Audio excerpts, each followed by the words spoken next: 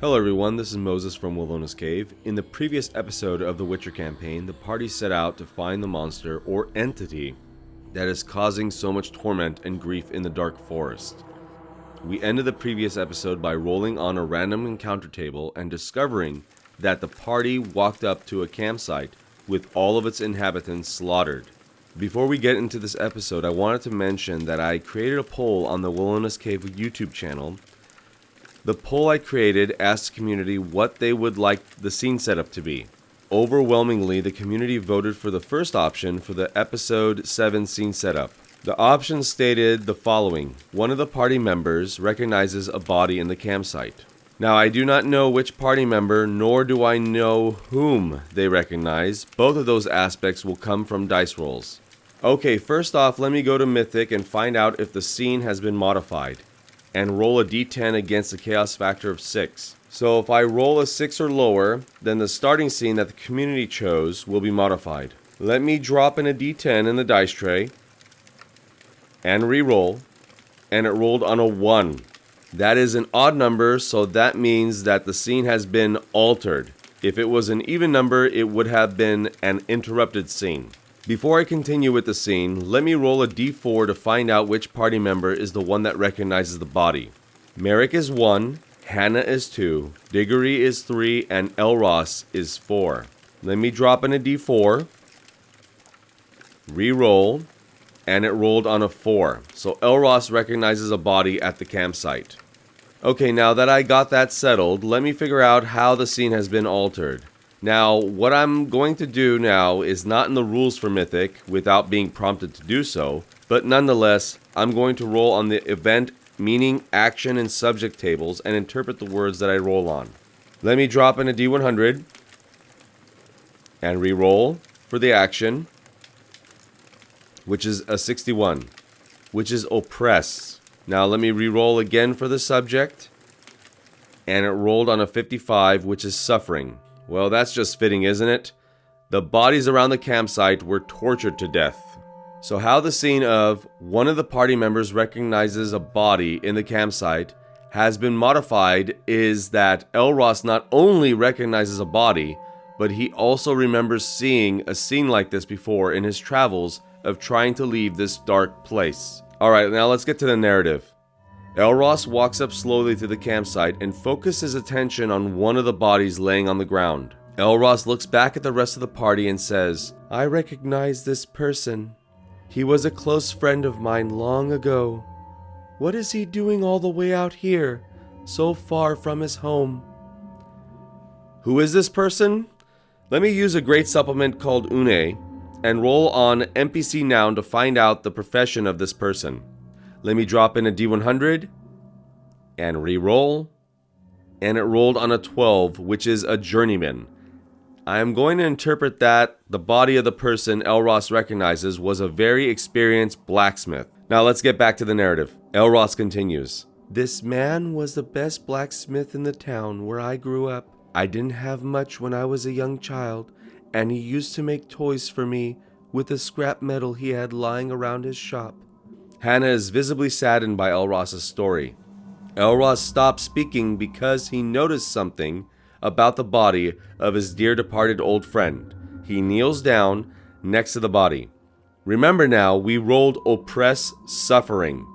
He notices that the sword his old friend is holding has blood smeared on it. He looks around the body but doesn't notice any blood around the body, nor is there any trail of blood to be seen. He looks back at the body and notices the only wound on the body is that his old friend's throat is slit. Elros stands up and looks back at the rest of the party members and says, "I hope this is not the case, but I believe that my old friend ended his own life." At that moment, Merrick screamed. Hannah sees Merrick fall to his knees and cover his ears with his hands. "Merrick, you can't escape your past. You will suffer for the loss of your friends." Merrick yells out, "No, I didn't kill them. It wasn't my fault. Stop torturing me. I can't sleep. I can't eat." Hannah runs to Merrick and looks directly into his face and says, "Merrick, are you okay? Merrick, Can you... Hear me. It's Hannah. The only friend you haven't killed yet. Merrick screams, "No!" Merrick then pushes Hannah down, Mina flies away, and then Merrick wraps his strong hands around Hannah's throat. Diggory yells, "What is wrong with you, Merrick?" Diggory was about to pull Merrick off of Hannah, but was stopped by Elros running back to them and screaming, "Don't touch him! He is possessed by a specter. Most call it by the name Heim. It tortures its prey. If you touch him, it can possess you as well, Diggory." "Then what do I do then?" "We need the silver sword that Merrick is carrying on his back." "How am I supposed to grab the silver sword if I can't touch Merrick?" They need to act quickly because Hannah is going to become unconscious soon. Elros then realizes that it is most likely better to have Merrick possessed rather than a giant ogre.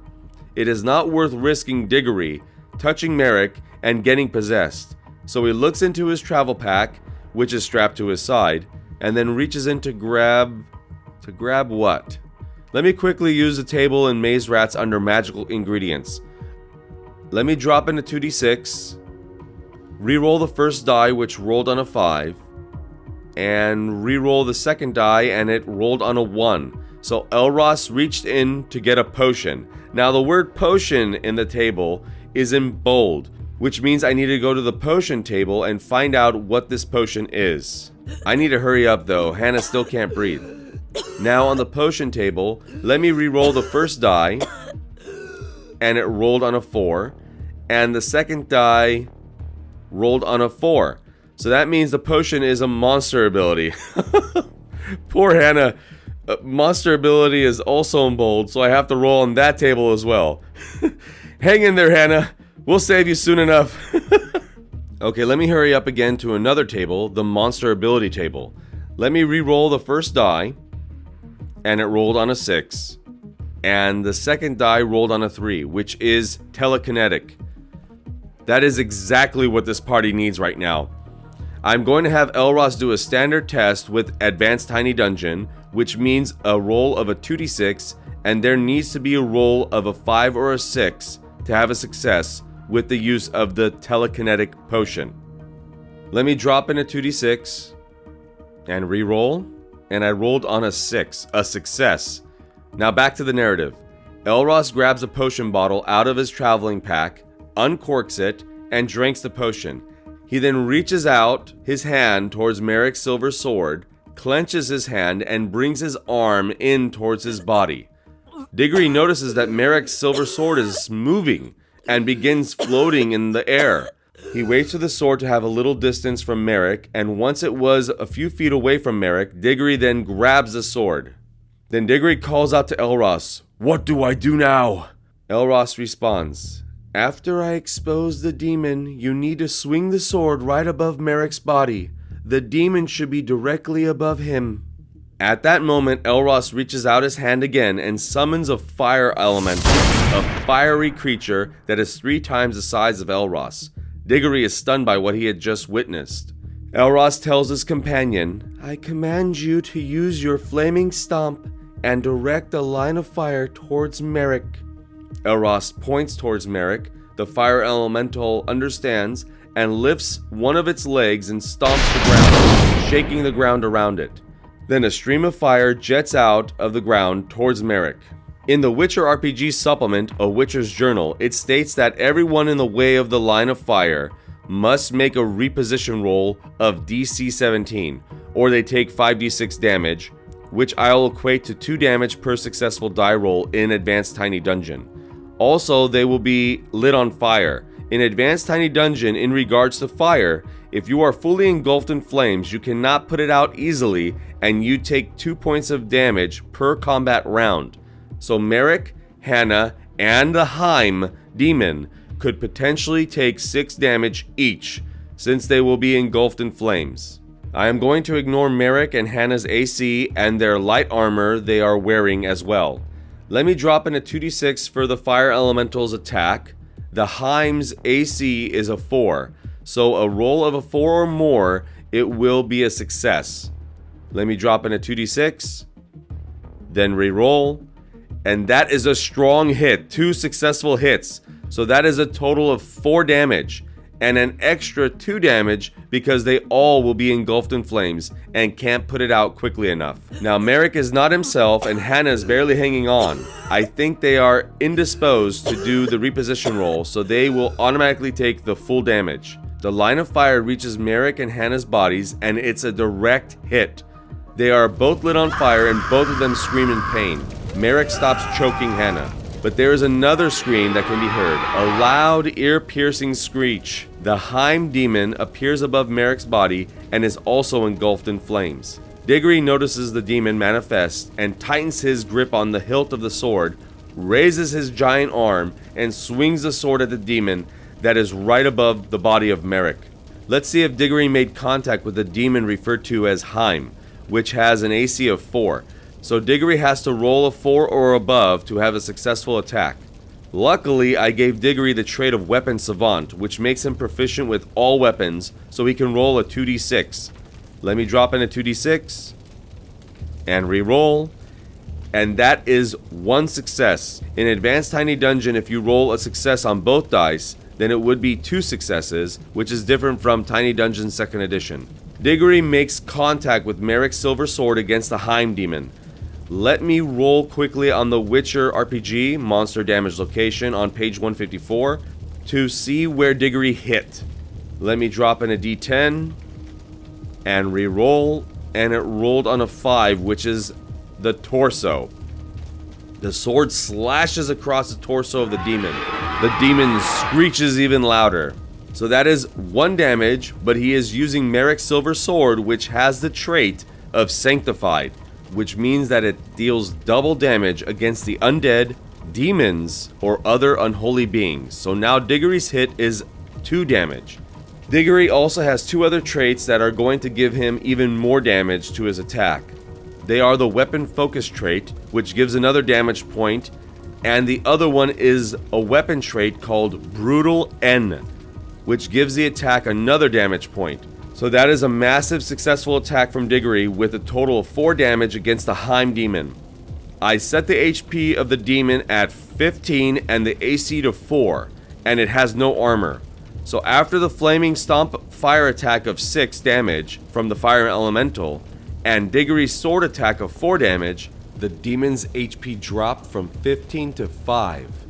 The Heim demon screams at Diggory and moves swiftly into the shadows and becomes invisible within the shadows. Merrick and Hannah are still engulfed in flames and are still screaming. We need to douse the flames. Diggory goes to grab his water skin to try to put out the flames, but Elros says, "No, Diggory, that will not put out these large flames. I have something that will help. Please step away from them." Diggory reattaches his water skin back onto his belt and moves away from them. Elros grabs a piece of parchment from his pack that is rolled up, he unrolls it, and then reads what is written on it. Diggory overhears what Elros read and recognizes a few of the words. Elros is reading from a scroll which is named Downpour from the Witcher RPG page 104, which would create a 10-meter radius area of rain that puts out any fire it hits. This spell counteracts fire effects. If Elros successfully rolls a 5 or 6 on a 2d6 roll, the scroll will become active and then the scroll will disappear. Let me drop in a 2d6 and re-roll, and we get a success, thankfully. Due to the successful roll, the scroll disappears, and then Elros raises both of his hands above his head. His hands shimmer with a bright blue light. Diggory sees that above Merrick and Hannah, there is a small dark cloud forming and rain begins to fall upon their bodies. The fire that was engulfing them is now put out. Merrick and Hannah slowly stop screaming, thank goodness. Diggory is relieved that they are only hurt but still alive.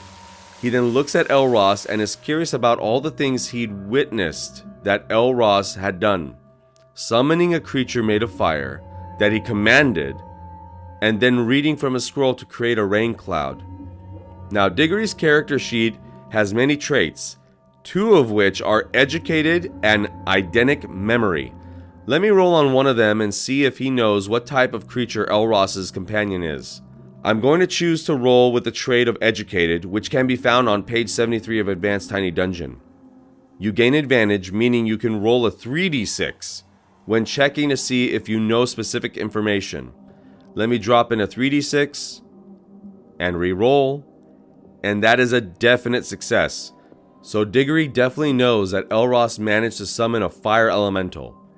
In the Witcher RPG supplement book, A Witcher's Journal, it even states that the magic ritual that summons a fire elemental from outside our reality and binds it to the caster's will is a complicated one, achievable by only the most skilled of mages.